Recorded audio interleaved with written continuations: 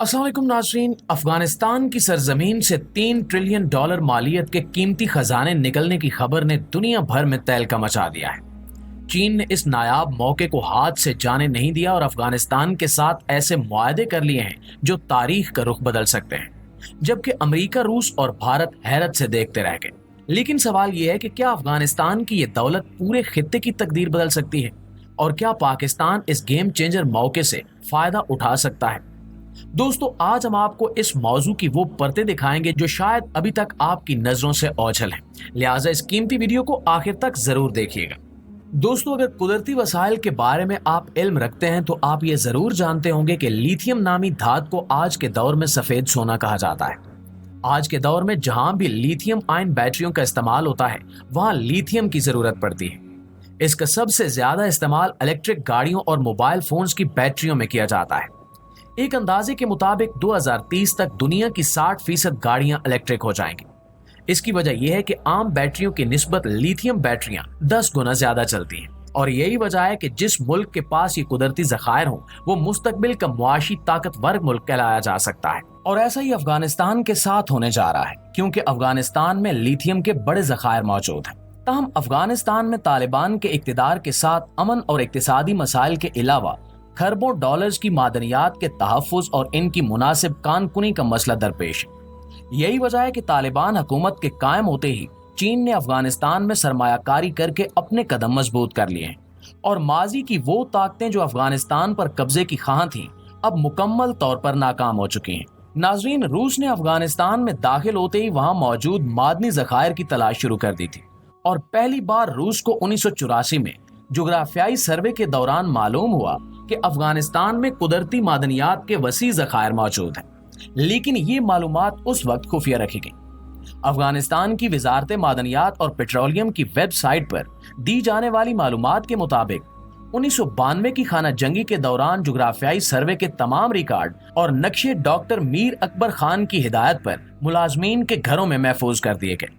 लेकिन 2004 में अमरीकी सर्वे और अफगान जोग्राफियाई सर्वे की मुश्तरका कोशिशों से ये रिकॉर्ड दोबारा हासिल किया गया, और दुनिया को मालूम हुआ कि अफगानिस्तान में लिथियम के बेपनाह ज़खायर मौजूद हैं। इन्हीं रिपोर्ट्स की रोशनी में चीन ने अफगानिस्तान की हुकूमत के साथ मिलकर कई मुआहदे किए, जिनमें एक मुआहदा अफगानिस्तान में काम करने का था। 2008 में 2 चीनी कंपनियों ने यह मुआहदा $3 अरब के एवज 30 साल के लिए किया था।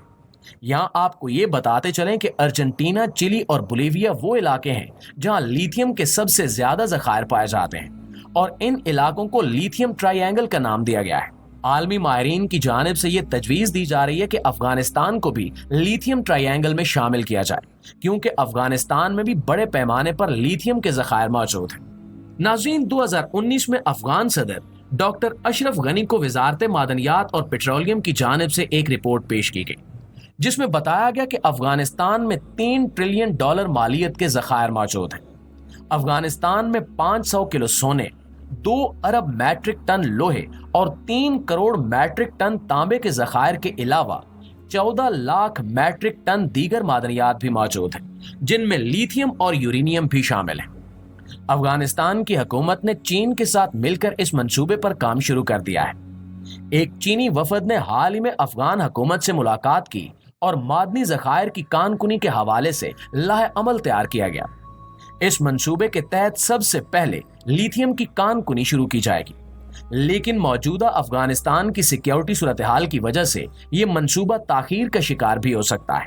अफगानिस्तान की मौजूदा हुकूमत ने चंद बैनुल अक़वामी कंपनियों से भी मुआहदे किए हैं, जिनमें 5 से लेकर 30 साल के मुआहदे शामिल हैं। इन मंसूबों में लोहे की कानकुनी के ब्लॉक्स और दीगर मादनियात की कानकुनी के ब्लॉक्स शामिल हैं।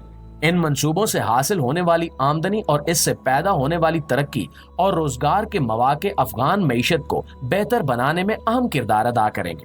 अब ये अंदाजा लगाना मुश्किल है कि अफगान हुकूमत को इन मंसूबों से कितना मुनाफा हासिल होगा, लेकिन कहा यह जा रहा है कि अफगानिस्तान एशिया का सबसे अमीर मुल्क बन सकता है। प्यारे दोस्तों, इसके अलावा आपको ये भी बताते चलें कि तालिबान इस वक्त अफगानिस्तान के हुक्मरान जरूर हैं, लेकिन टेक्नोलॉजी और इसके इस्तेमाल के मामलात में बेहद अनजान है। ये तकरीबन वैसी सूरत हाल है जैसी आज से तकरीबन 100 साल पहले अरब ममालिक की थी। अरब ममालिक की सरजमीनों में तेल मौजूद था, लेकिन इन्हें ना तो निकालने का तरीका आता था और ना ही इसे इस्तेमाल करने का।